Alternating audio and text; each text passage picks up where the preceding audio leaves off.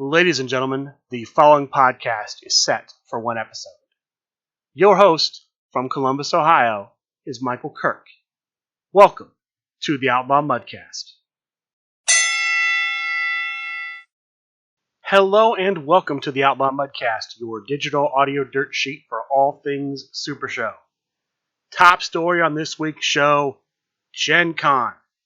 Gen Con, the biggest gaming convention of the year, August 3rd through August 6th in Indianapolis, Indiana. I was there. Let me give you the rundown. First, Gen Con overall, great convention. It's a great convention. A lot of things there. The big thing I saw there, a new card game debuted, Lorcana. It's a Disney licensed card game. They use Disney characters. Lines every day, huge lines every day to buy boosters, to buy starter sets, to buy all of the Lorcana product. That was the big thing at Gen Con. All of your other big game companies were there. Magic the Gathering, huge presence. Games I'm familiar with, WizKids, My Hero Academia, Universus, Final Girl, Star Realms, HeroClix, Fantasy Flight debuted a new game, Star Wars Unlimited card game, and just, so too many vendors to name. But there's only one vendor you're interested in if you're listening to this show, SRG Universe, Supershow the Game at Gen Con. And it was only Supershow the Game. There was no Scallywager. None of the other games were there. The surprise hit of the Supershow the Game releases wasn't a competitor, wasn't a box set. It was a playmat.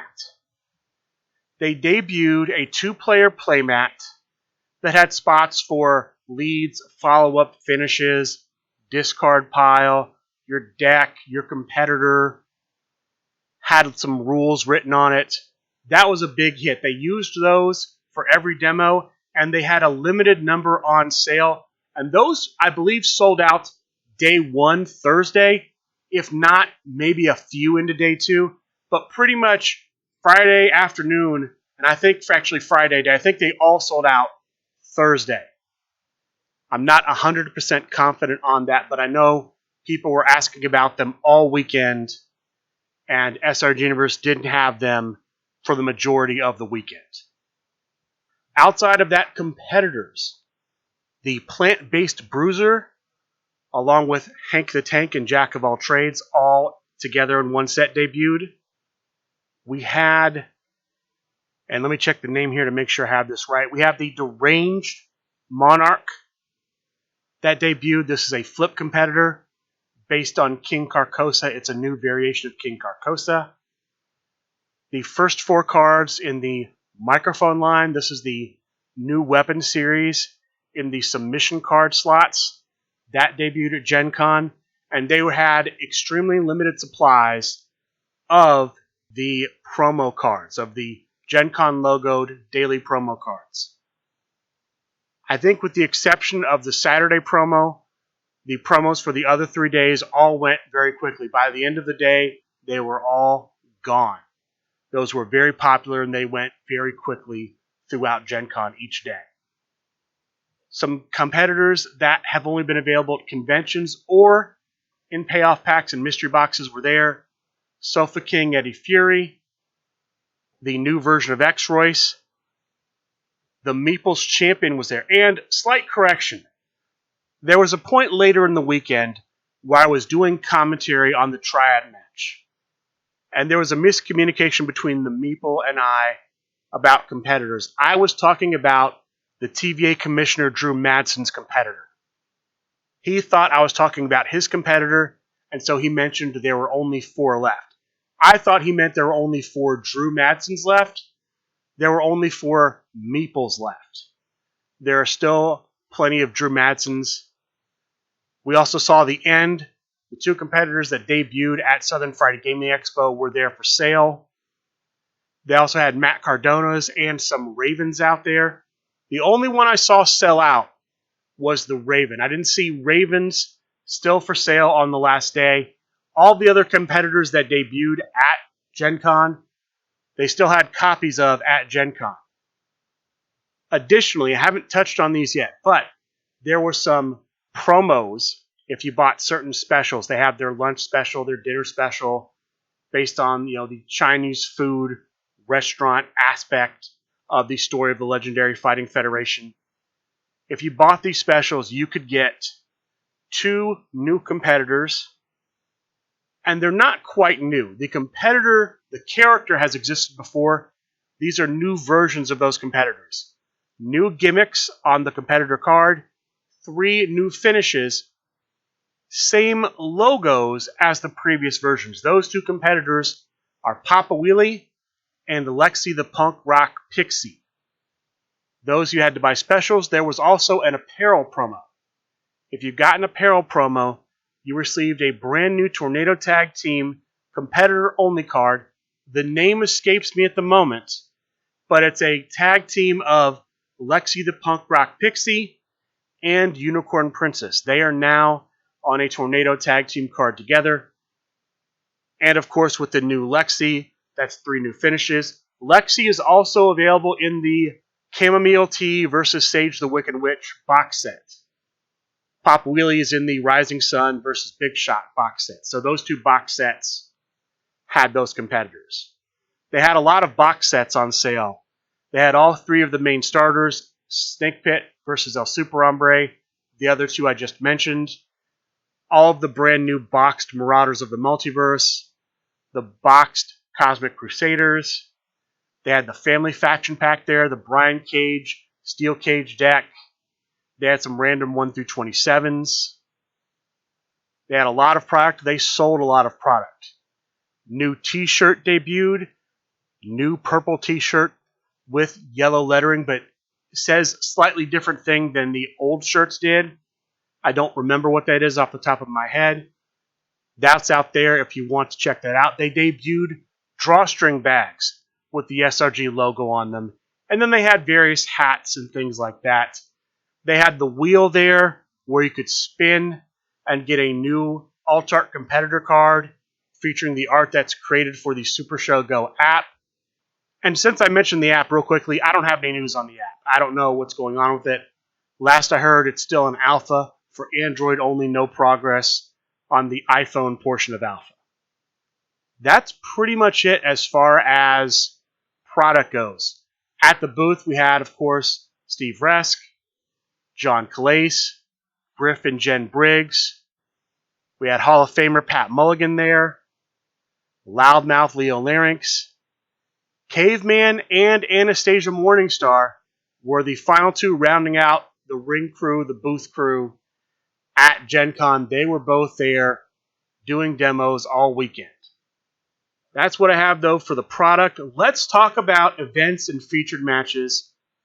And I'm going to go through this in chronological order as I learned about it, as I saw it. So there will be some jumps. I'll start Thursday night. One event Thursday, the Cookies Fortune Tournament. This is the tournament where the winner would face the winner of the Origins Cookies Fortune Tournament. And then that winner of the 2 convention winners, the winner of that match, would receive the Cookies Fortune. Bob Dunn had won the Origins Cookies Fortune Tournament. If he wins this one, he automatically gets the Cookies Fortune. Now, there were 30 players in this tournament. They did 5 bullet rounds, and then they had a top cut. 4 and 1s made the top cut. The 3 and 2s had to play in. After the play-in matches, they had 11 players in the top cut. I believe the only undefeated was James Booker. As a result, he got a bye into the next round, and so the remaining 10 played off. So we had 5 winners plus James Booker. So the semifinal round is 6 players in 3 singles matches. They did an unusual stipulation scenario.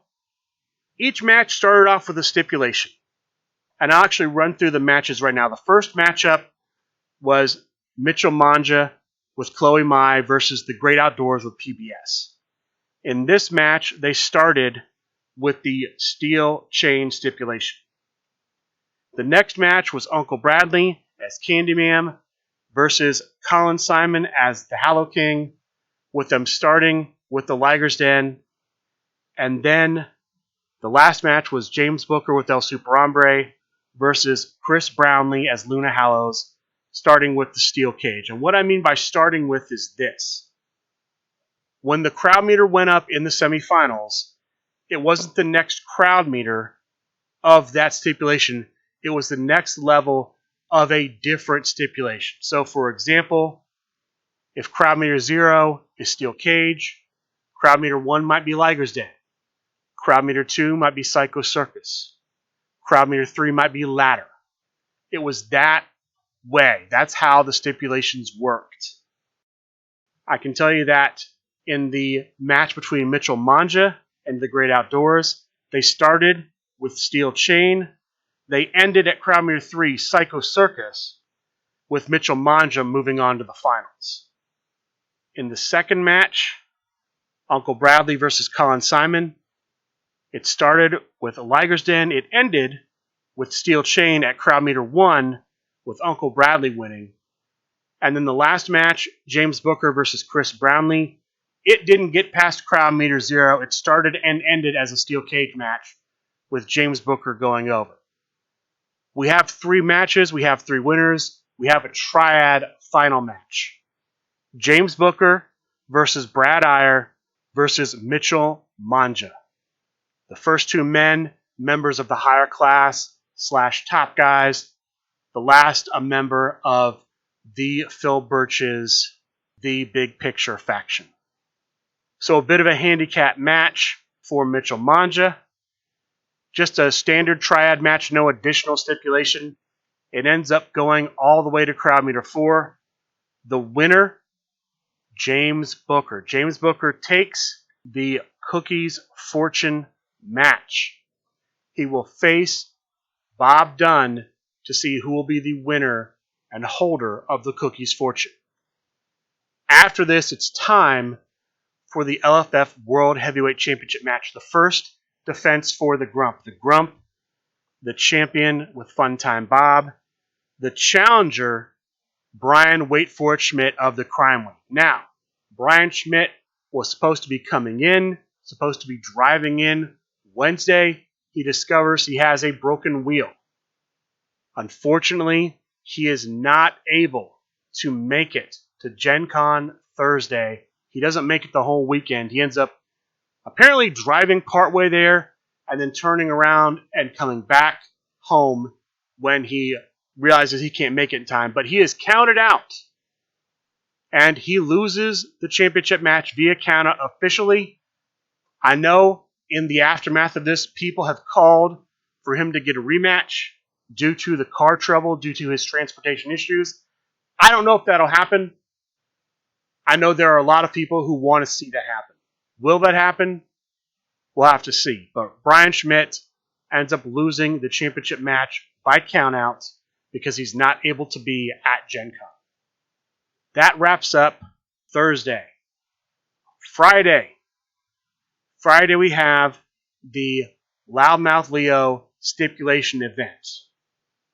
They have up to 5 bullet rounds in the opening portion of the tournament. If you have 2 losses, you're eliminated. So 4-1, you're in. 5-0, you're in. I think you may also be in 3-2 if your last match was a loss. So if you were 3-1, you might have been able to make it in if you go 3-2. I know there's 1 round in the top cut. I don't have a lot of details about that round, but after that round, they end up with 6 people, and all 6 gentlemen are put into a birdcage match.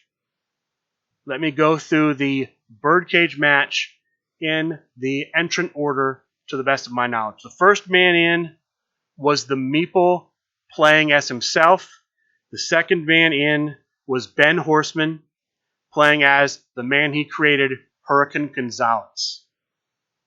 At the next crowd meter, the once-in-a-generation, generational type talent, the GOAT Brock Smith of the Crime Wave, comes in playing as Little Guido. At the next crowd meter, The Grim Librarian Ken Fouché comes in, playing as the new version of Papa Wheelie that debuted at Gen Con just one day earlier. The fifth man in, a player I'm not too familiar with, Brent Midling, playing as Snake Pit. And then the final man in, former Player of the Year, at this point, the Origins Cookies Fortune tournament winner, Bob Dunn, playing as his creation, Dr. Jake Hill. The first man out of the match is Ben Horseman. He is eliminated by Brent. The second man out, also by Brent, is Bob Dunn. The third man out, again by Brent, the GOAT Brock Smith. Brent is on a tear. The next elimination, though, is from a new competitor. The next elimination is by the Meeple. And this is where Brent's streak comes to an end because Brent is now eliminated. His great run in this birdcage has come to an end. And now it's just the Meeple and Ken Fouché squaring off with the winner of the birdcage match, the Meeple Craig Brett. Congratulations to the Meeple for getting this tournament victory. After this, we have the Cookies Fortune match. The Origins winner, Bob Dunn, playing as Big Bad Bobby D, takes on the previous night's Cookies Fortune winner, James Booker, playing as El Super Hombre. In a match that doesn't go past crowd meter 0, the winner and holder of the Cookies Fortune is Bob Dunn. Congratulations to the man from the newly formed Just Business faction for becoming the newest holder of the Cookies Fortune. The next featured match after this is for the LFF Tag Team Championship. The challengers are the Big Picture Tag Team, featuring the Phil Birch, playing here as the Ikuzo version of Fox Assassin, and Mitchell Manja, playing as Chloe Mai. They take on champions Double the Fun. Funtime Bob playing as himself, Matt Nealon playing as himself. In a long tag team match that goes all the way to crowd meter 4, the winner, new champions, the Big Picture. The Big Picture captures their first ever, I believe, LFF Championship Gold. They are the new LFF Tag Team Champions. Congratulations to them. One bit of controversy I need to bring up here. It has to do with the gimmick of Fox Assassin. Fox Assassin's gimmick is when Fox Assassin rolls her submission skill, the Fox Assassin player can essentially choose to pick up a card he has in play or a card the person he is targeting, because it is a targeted gimmick, has in play. He targeted Matt Nealon for most of the match. Here's where the controversy comes in. To my knowledge, with that gimmick, you can only have the targeted person pick up cards they have in play against you. So in this case, the Phil Birch chose Matt Nealon. When the Phil Birch's gimmick goes off, he can pick up a card he has in play against Matt Nealon, or he can pick up a card Matt Nealon has in play against him. That is my understanding of how that gimmick should work in multiplayer matches like this tag team match. It wasn't played that way. From what I was seeing, the Phil Birch was having Matt Nealon pick up cards that Matt Nealon had played against Mitchell Manja. Now, I don't know if anything is going to come of this, but they were clearly allowing that in the match. And my read, and I did confirm with Colin Simon, who has helped develop the multiplayer rules, that we both think this is not how it should have been done. I don't know what that's going to end up meaning for anything, but I wanted to point that out because that was something I saw that was glaring. It was allowed in the match. Referee didn't call it. So they are the champions. You can't take that away from them. But does DTF want to use this to argue for a rematch? I don't know. We'll have to see. But for now, the big picture is your LFF Tag Team Champions. Congratulations to the big picture for taking home championship gold. This brings us to the tag team event Friday night.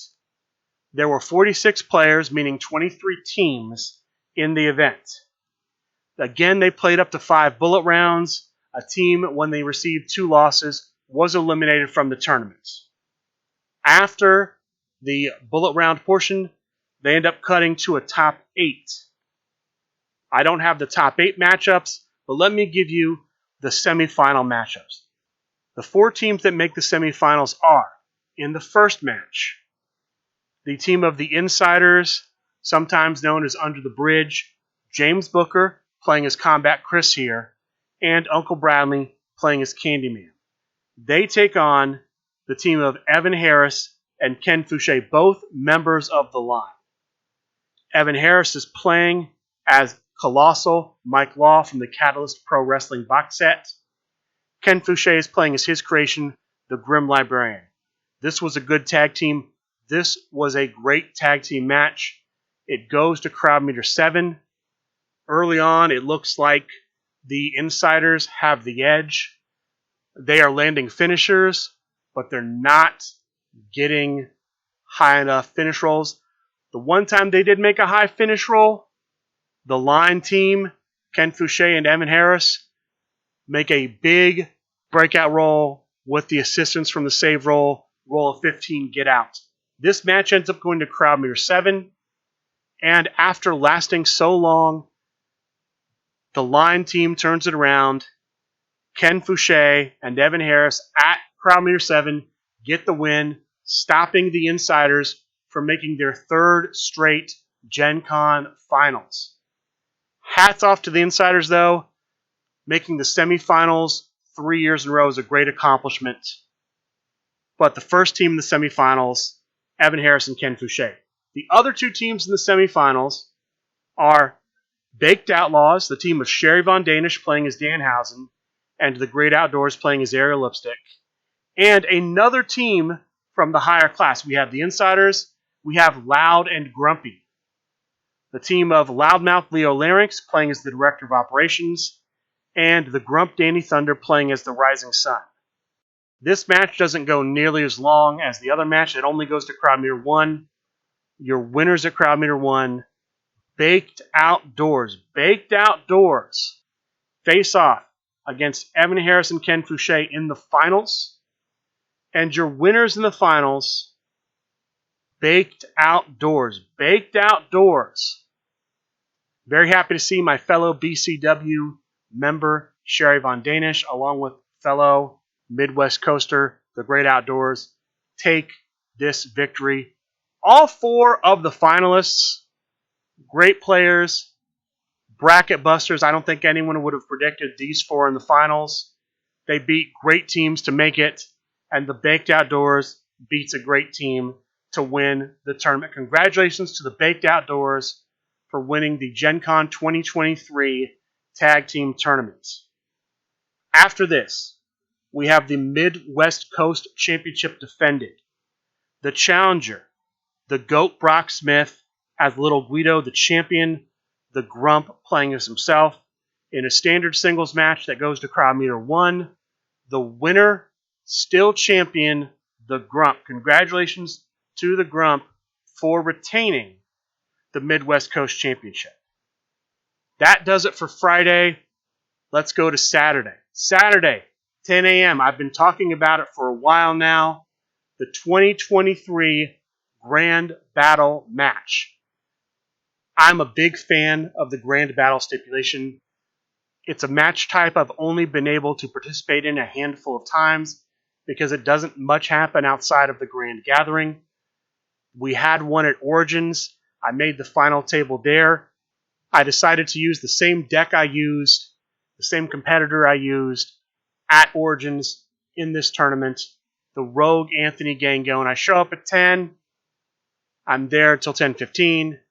I'm there till 10:30. Nobody shows up. So at 10:30, myself, with Loudmouth Leo Larynx, former Player of the Year, bearing witness, give a 10 count.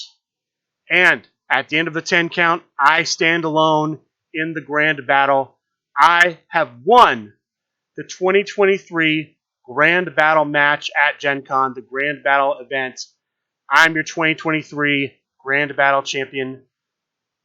I am overjoyed that I'm able to have this success in a format I love so much. You can put me up there along with names like Matt Nealon, who won the Origins Grand Battle, the Star Maker Everett Stevens, who won at Grand Gathering 3, Chester the Jester, who won the original Grand Battle at Grand Gathering, the first Grand Gathering. Very happy to have won that. I'd never won a tournament at Gen Con before. I've come close, had a couple second place finishes, but this was my first Gen Con event win. It's my first convention event win since Origins 2022. So I'm very happy to have gotten that. That was the Grand Battle. The next event, the Play Pure event, taking place Saturday afternoon. 22 players in this event. Again, players are eliminated after 2 losses. There's a cut to a top 8. I only have the top 4 recorded. The top 4 matches are in the first semifinal match.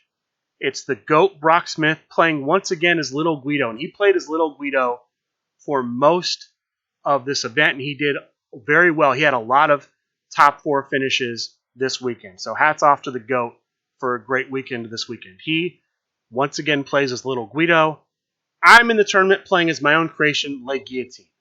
Now, I should have mentioned this a little bit earlier. I'll talk about it now. Play Pure has a slightly different rule set than other tournament types. You can't use skill requirement cards in your deck. You can't use an entrance card. You can't use spectacles. There are some other restrictions, but those are the basics. It's a very stripped down, back to basics type format. That's the first semifinal match. It goes to crowd meter 2. The winner, myself. I secure the victory over a great player and move on to the finals. In the other match, we have, representing Just Business, Bob Dunn playing as Dr. J. Kill, the same competitor he used in Friday's stipulation event. He takes on former Gen Con World Championship Tournament winner Yasmin playing as Pretty Boy Snow. So, 2 competitors, very similar, Pretty Boy Snow and Little Guido, both making the semifinals of Play Pure. The winner here, though, Bob Dunn. So Bob Dunn makes his second finals of the week with Dr. J. Kill, takes on Michael Kirk in a main event stipulation match. Very short main event stipulation match. It only goes to crowd meter 0. I'd say less than 10 turns. The winner and new Play Pure champion, taking over from previous Play Pure champion Colin Simon, who was not able to defend here. The winner also from BCW, yours truly, Michael Kirk. I am the new Play Pure champion. Bob Dunn is one of the best Super Show players around. He always gives you a great match. He's going to be in the championship picture as long as he's in the game. And therefore, I understand how big a win this was. Hats off to Bob Dunn for doing so well this weekend. I'm happy to have won the Play Pure Championship. And I'll talk about this briefly here. So, many of you may have heard how I'm banned lifetime from championships. I'll talk about that story in a minute. But of all the championships out there, the Super Show SRG Play Pure Championship is not a championship like others. It's more like a cup. And I have asked, because this championship is different from the other championships, am I allowed to hold it? And so far the answer I've gotten is yes. Now that may change. I may have to vacate the championship at some point, but for right now, I am the current Play Pure champion. I'm very happy to be Play Pure champion, and so I am going to enjoy being Play Pure champion as long as I can. Now, the general manager of the Play Pure Championship, Jeremy Steigerwald, has not announced when the next Play Pure tournament is going to be, when the championship will be on the line again. I hope I can be there when that happens so I can use the Play Pure Championship during the match and attempt to defend the championship. I don't know if I'll be able to. Until then, I'm just going to enjoy holding the championship. The belt is a beautiful belt. And I hope I can represent Super Show and SRG and the LFF and all of you well as the champion. That's where we are with the Play Pure event. Next featured match, the LFF Triad Championship match. Talked briefly about it earlier. The challengers in the match are the Meeple, playing as his own competitor, the Meeple's champion, and Yasmin, playing as her own competitor, Runtime Terror. The champion is Loudmouth Leo Larynx. I will make a brief correction before I go on. I did commentary for this match, as I mentioned on Facebook. At one point, I mentioned that all three members represented a different region of Super Show. Loudmouth Leo Larynx representing the LFF Tri-State, Yasmin representing the Midwest Coast, and the Meeple representing the Deep South. That's incorrect. The Meeple is also a Midwest Coast player. So the two challengers taking on champion Loudmouth Leo Larynx with Brimstone, having won the championship at Origins Game Fair. This was a long match. It went to crowd meter 5. We saw multiple protections where one player stops a finish, played against another player, and has to bury their hand. So this match goes on. It's an exciting match. I would say next to the crowd meter 7 match earlier in the tag tournament, this was the most exciting match. This might even be more exciting than that match. Again, it goes to crowd meter 5. Your winner at crowd meter 5, new Triad champion, the Meeple. The Meeple winning the stipulation tournament earlier, and now he's the new LFF Triad champion. I believe this is his first LFF championship. Congratulations to him. Loudmouth, great defense. This was a great match. Everyone played great. Anyone could have won this. Great defense by Loudmouth Leo. This is still the hardest championship to defend. And now it's up to the Meeple to see if he can defend it. But congratulations to the Meeple. And now this brings us to the big one, folks. The Gen Con World Championship Tournament. 52 players. 5 bullet rounds in the tournament. We have 12 players with a record of 4-1 or better. 2 undefeateds. Chris Pate and James Booker, to give you an idea of the quality of players in this tournament. There were 9 players at 3-2. 1 player was eliminated at random. That player with a 3-2 record was the SRG BOSS. The remaining 8 played off. The 4 winners joined the 12 that make the top cut outright to get us to a top 16. The players in the top 16 are, in match order, Funtime Bob versus Wiser Wizard in the first match. The GOAT Brock Smith versus James Booker in the second. Uncle Bradley versus Yasmin in the third. Matt Nealon versus Ben Horseman in the fourth. Harvey Luster versus Loudmouth Leo in the fifth. The Meeple versus Chris Pate in the sixth. The Grump versus Bob Dunn in the seventh. And the Great Outdoors versus yours truly in the 8th match in the top 16. Again, every player I named in the top 16 is one of the great players. They would all be favorites to win. All people who have had great success in Super Show before. The winners end up being Funtime Bob, Brock Smith, Yasmin, Matt Nealon, Loudmouth Leo, Chris Pate, Bob Dunn, and myself. They go on to the top 8. In the top 8, we have steel cage matches. In the first match, we have Bob Dunn take on Brock Smith.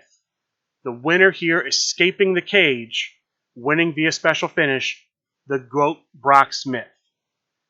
The next match, Yasmin versus Loudmouth Leo. Again with the winner escaping the cage, Loudmouth Leo Larynx. The third match, Michael Kirk versus Matt Nealon. The winner here also escaping the cage, Michael Kirk.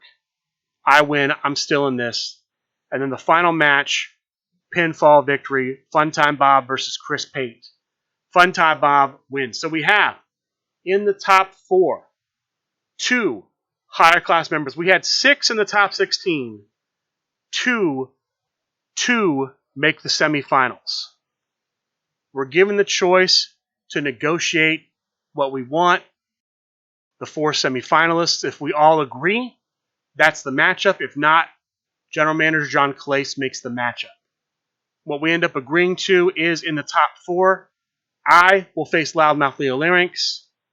Funtime Bob will face Brock Smith. So, Loudmouth Leo, playing as the original Donation, takes on myself, playing as Theo the Greek Neo.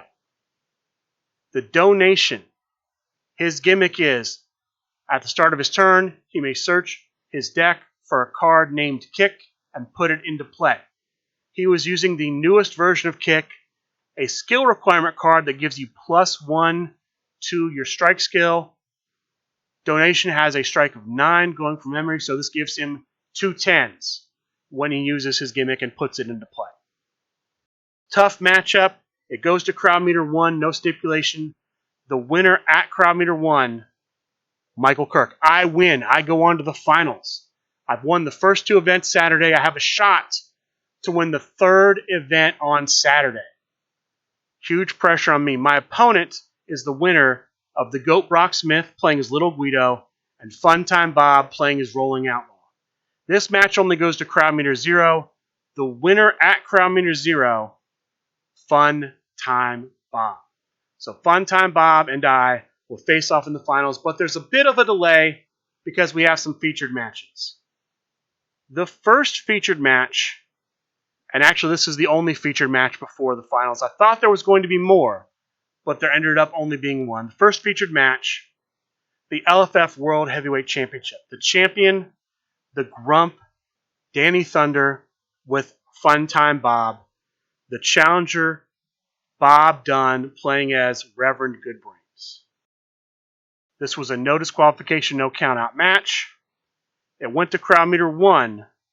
The winner at crowd meter 1, still champion, the Grump Danny Thunder. The Grump successfully defends.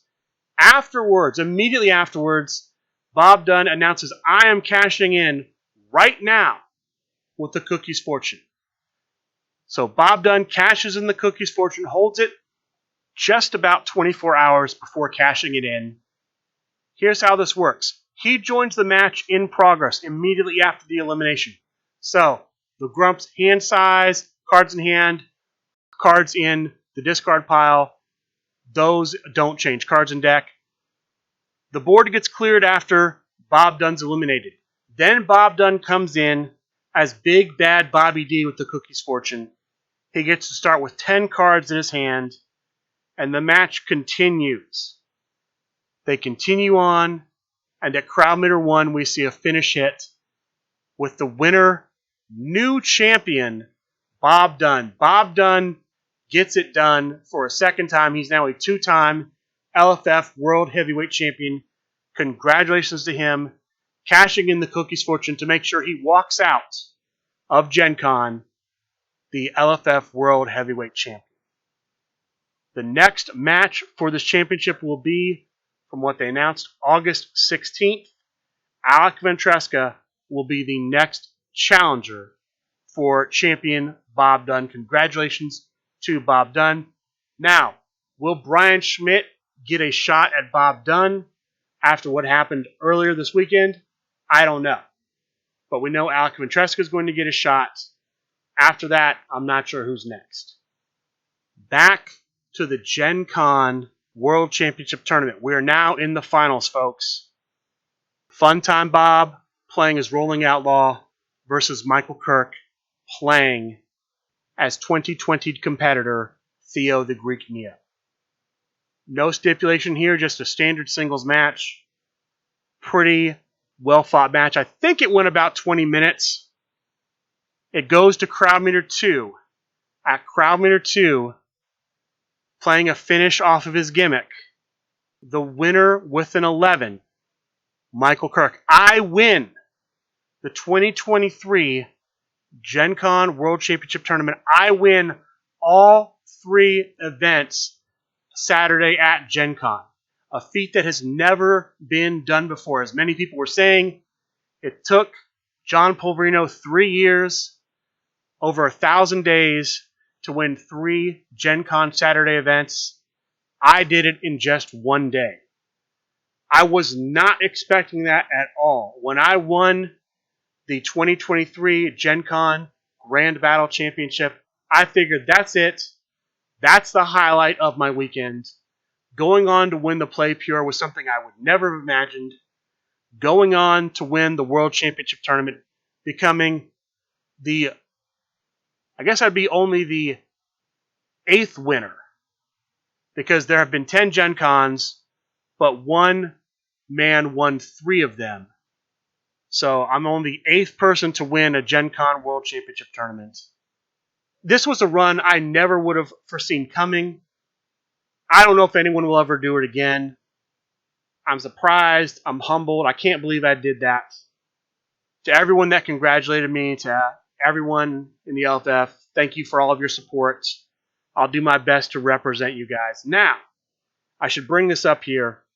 There has been talk that because I won this, I'm going to get a shot at the LFF World Heavyweight Championship. To my knowledge, the ban has not been lifted. I mentioned this earlier. Let me tell the story briefly of the ban, how the ban came to be. So, almost 3 years ago, September 2020, because I'd won the Impact Bound for Glory tournament, I was one of 5 men put into a birdcage against then LFF Underworld Champion in his first Underworld Championship run, Kirk Polka, where the winner would become the LFF Underworld Champion, or Kirk Polka would successfully defend. The other 5 men in the match were Brian Waitford Schmidt, then the Phoenix, Evie Fresh, Reverend Robert Torn, myself, and then the 5th man, the last man, replacing Matt Nealon, who wasn't announced till way after the other 4, replacing him because he received a head injury. Someone sneakily attacked him with a shovel, was Funtime Bob. It turns out, and we found this out after he was eliminated, Funtime Bob had secretly joined the higher class. Kirk Polka at that time was in the higher class. That's why he's on the higher class trio, because he's a former higher class member. Funtime Bob was put in there to help Kirk Polka retain the championship. Instead, the other 4 contenders, Brian Waitford Schmidt, the Phoenix TV Fresh, Reverend Robert Torn, and myself, decided, look, we're going to eliminate Kirk Polka. We're going to eliminate whoever this mystery opponent ends up being, who it ends up being Funtime Bob. And then we will basically take each other on after that happens. May the best man win. And I walked out as the LFF Underworld Champion. Well, this was not how the general manager, John Calais, thought it was going to go. He thought that his 2 guys would work together, the rest of us would beat up on each other, and he could steal the win. He could get his guy out of the birdcage. And so, as a result, he placed the 4 of us on a lifetime ban from ever being chosen for a shot at a championship. Now, he gave one of the 4 of us an out.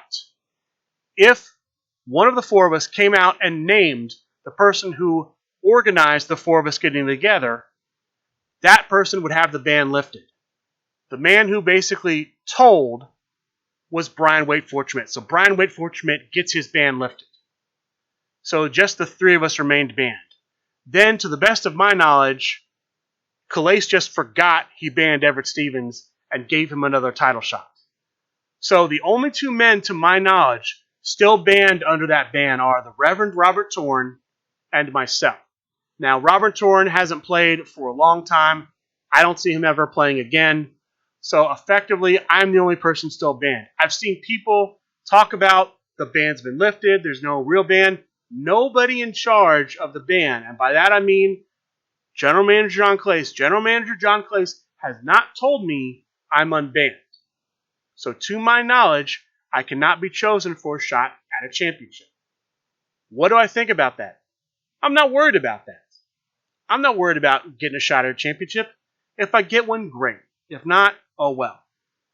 Originally, I'd planned on trying to apply for reinstatement after my 3rd anniversary, which would be October 2023. I think for personal reasons, I'm going to actually put that off. I'm going to wait until 2024 October to apply. The official reason I was banned is because I'm a bad person who doesn't play the game the right way. And I don't know that that's 100% false. I think there's some truth to that. So I'm not going to fight the ban. What I'm going to do is be content being the Play Pure champion and try to be the best Play Pure champion I can be and see what happens. That's my thoughts now on the whole situation. And now let's get back to talking about the other featured matches that happened on Saturday. The next match after the finals is the Megaphone Leaves Town Loud versus Quiet match. Loudmouth Leo Larynx playing as himself versus the Grim Librarian playing as himself. If the Grim Librarian wins the match, Loudmouth cannot use his megaphone for the remainder of the calendar year. If Loudmouth Leo wins the match, the Grim Librarian has to stand in the middle of Gen Con, use the megaphone, and make a big, loud scene. Standard singles match otherwise, it goes to crowd meter 1. The winner, Loudmouth Leo Larynx. So Loudmouth hands the megaphone to the Grim Librarian and says, okay, here it is. It's time for you to do what you said you were going to do. Use the megaphone, make a big, loud scene. The Grim Librarian says, essentially, you're right, and rips the megaphone, yanks the battery pack out of the back, slows it on the ground, smashes it, makes a big scene, and basically tells off Loudmouth Leo, tells him what he thinks of him, tells him he'll continue to oppose him even though he lost this match. And that is the fate of the megaphone. The megaphone's been around a long time. It's sad to see it get destroyed. But just like Eddie Fury's sequin jacket, it is no more, but it will not be forgotten. And then the last featured match of Saturday, the Troller Coaster match. No disqualification, no countouts. Pat Mulligan playing as Pat the Thinker versus Uncle Bradley playing as the Nightmare King. The stipulation of this match is this. When the crowd meter increases, the players will get up from their seats, switch places, and begin playing with each other's competitor, cards, deck, discard pile, etc., etc. So, Pat Mulligan plays it with Pat the Thinker. Brad Iyer plays with the Nightmare King. If the match goes to crowd meter 1, then Brad Iyer will be playing as Pat the Thinker, and Pat Mulligan will be playing as the Nightmare King. But the match doesn't go past crowd meter 0. So the stipulation never kicks in. The Troller Coaster never starts up the hill. And the winner at crowd meter 0 is Pat the Thinker. Congratulations to Pat. And that's the final featured match of Saturday. There's one more thing I have to talk about from Saturday. There had been a match announced. It was going to be the Old School versus the New Blood over-the-top grand battle match, similar to the blue collar versus white collar match at Origins. Due to scheduling issues, they switched that from a grand battle match to a series of 4 singles matches. And if there was a tie, there would be a 5th if necessary. I don't have a bunch of information about those, but here's what I can tell you. In the captain's match, the captain of the Old School, Pat Mulligan, versus the captain of the New Blood, the Meeple gets the victory. So congratulations to the Meeple for another big win this weekend. In the next match, we have, representing the Old School, King Greatness, Hall of Famer, versus new player Hawaii KO. The winner, King Greatness. The third match, Hall of Famer King Cold versus new player Corbin Waters. The winner of the third match, King Cold. So, Old School and all of its Hall of Famers up 2-1. The new blood must win this match to force a tie, force a fifth match. Representing the new blood in the final match, we have the founder of the Unionverse, the Foreman. Representing the Old School, we have the founder of SRG Universe, the SRG BOSS, Steve Resk. The winner, the SRG BOSS, no fifth match necessary. The Old School wins it. Congratulations to the Old School. This brings us to Sunday. We have on Sunday a Tornado or Trios event. At sign-up, you choose if you want to play a Tornado Tag competitor or a Trio competitor, and then you play in that tournament. 6 people played in the Tornado tournament. 6 people played in the Trios tournament.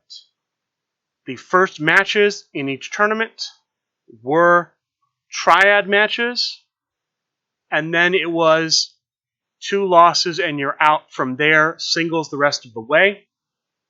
The finals of the Trios saw undefeated Chris Pate versus new player Eric Taylor. Chris Pate as the Trio NWO, Eric Taylor as the Ultra Cosmic Crusaders, with Chris Pate taking the win. In the Tornado event, we had Ken Fouché playing as his created competitor, the Duo Decimal System, featuring him and the Cannoli.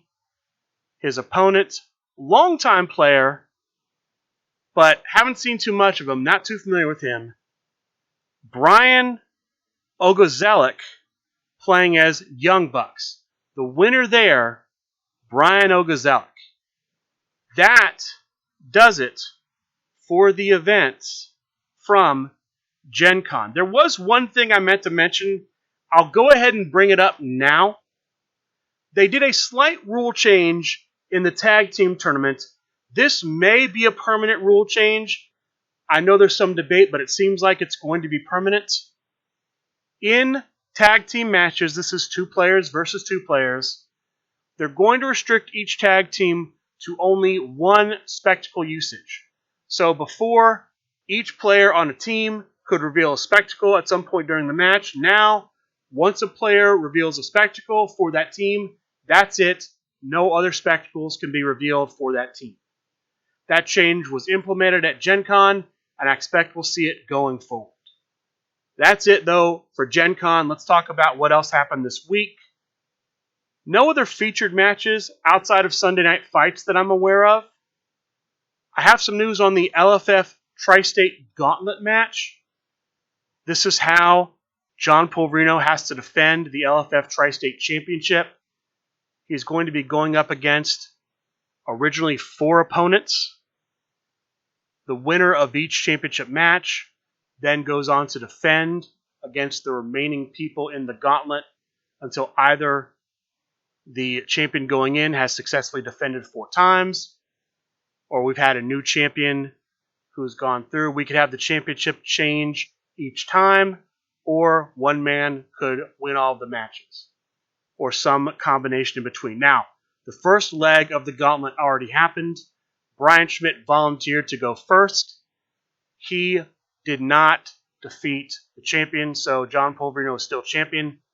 The remaining 3 were randomly chosen via a die roll for the order. So the next 3 contenders for the LFF Tri-State Championship are Simon Dabner, the prize fighter, the Screaming Banshee, and Big Match Pete. So, at some point, date and time to be named later, John Polverino will attempt to defend against Simon Dabner. The winner of that will face the Screaming Banshee. The winner of that will face Big Match Pete. If John Polverino successfully defends against all 3 of these men, He will be one match away from tying the defense record set by the SRGBOSS, and who knows what we will see for that match as he attempts potentially to tie the record. All right, let's talk about tournaments from this past week. I'll start Monday night with Monday Night Fights. We had 12 players on Monday night, group stages, 3 groups, 4 players per group. Top 2 players per group advance into the top cut. The first round, the quarterfinal round of the top cut, New York rules matches. The second, dark matches. The finals, special guest referee with Evil Ed the Cheesehead as the special guest referee. Now, 2 players got buys into the semifinals. The top 4 in this end up being in 4th place, playing as Mr. Poppin' Twist, Press 1P. In 3rd place, playing as Kid Fresh, the Cannoli. Your finalists were Ryan Pierce playing as Alex Hammerstone and Carlos Lumbre playing as Matt Cardona, with the winner, Carlos Lumbre. Congratulations to Carlos Lumbre for winning Monday night. Thursday, we have Chibi's Thursday Night Fights. There were 20 players in this week's tournament. 4 groups, 5 players per group. Top 2 players per group advanced into the top cut. The opening round of the top cut was New York rules matches. The 4 winners moved on to a Claim the Throne match. This is a variation of a ladder match created by Hall of Famers, the 3 Kings. The 4 men in this match were Eddie Fury playing as Sofa King, Casey Ryan playing Cyclone, Alec Ventresca playing as Kenny Omega, and Jeff McPeak playing as Ellis Taylor, with the winner pinning Eddie Fury, Jeff McPeak. Congratulations to Jeff McPeak for winning Chibi's Thursday Night Fights. Sunday Night Fights. Sunday, twitch.tv/SRGuniverse. 2 featured matches. The first, the LFF Underworld Championship on the line. The challenger, Bobby Ohio. The champion, the big guy, Bobby Ohio, playing as himself. The champion playing as the newest version of Matt Stevens. In a match that goes to crowd meter 2, the story of the match being Bobby O's terrible turn rolls. The winner, no surprise after hearing that, the big guy successfully defends at crowd meter 2. Bobby O valiantly kicked out twice, but could not survive, and eventually gets put down. The big guy remains the LFF Underworld Champion. Congratulations for successfully defending the most prestigious championship in the legendary Fighting Federation. The final match from Sunday Night Fights, the LFF Tornado Tag Team Championship match. The challenger, the Cannoli, playing as the Duodecimal System. The same tag team Ken Fouché took to the finals of the Tornado Tag Team Tournament at Gen Con. The champion, Mark Perry, with F and Impact. This match also goes to crowd meter 2. This was a more even match, with I think Cannoli having a slight edge throughout, and that slight edge was enough. He ends up successfully winning. He becomes the new LFF Tornado Tag Team Champion. Congratulations to the Cannoli. And that is going to do it for the news from this week for Super Show. At this portion of the show, I would usually mention that they have not posted anything about the online events for this week on supershowthegame.com. They have. As of right now, there is a Monday Night Fights scheduled for 7:30 p.m. Eastern, Monday, August 7th. By the time this comes out, it'll be too late to sign up for that. It was a $5 entry fee. The tournament is scheduled to start at 8, but you have to be there by 7:30. It would be random stips in the top cut. There are a number of booked competitors. Check the posting on supershowthegame.com for the list of booked competitors. That's the Monday night event. Thursday night event, Chibi's Thursday Night Fights Gen Con Fallout. Also $5 for the entry fee. It is still in stock as of right now. 7:30 p.m. start time on August 10th. 32-player cap. Round robin group stages. Top 2 of each group will advance into the top cut. It'll be a New York rules, no disqualification, crowd meter 1 match in the top 16 if necessary. Same in the top 8. The top 4 this week will be a steel cage match. The stipulation in the finals is unknown. Those are the only 2 events posted right now on supershowthegame.com. I guess I'll also mention this here too. Pixel Palace Pandemonium 4, Columbus, Ohio, September 16th. Create a competitor tournament. Tickets on sale on Eventbrite. And from what I understand, the next big convention SRG Universe will be at is Dragon Con Labor Day weekend, but I don't have any news about that. I haven't seen anything posted, so be on the lookout for that. No updates on the 2023 CCC. I'll give you those when I have them. And that's it, folks. That's the show. I apologize for the delay, but with the travel, it just couldn't be helped. I would have liked to have gotten this out Sunday night, but that just wasn't possible. Next week's show should be on time. With that being said, I would like to thank all of you for listening, and good day.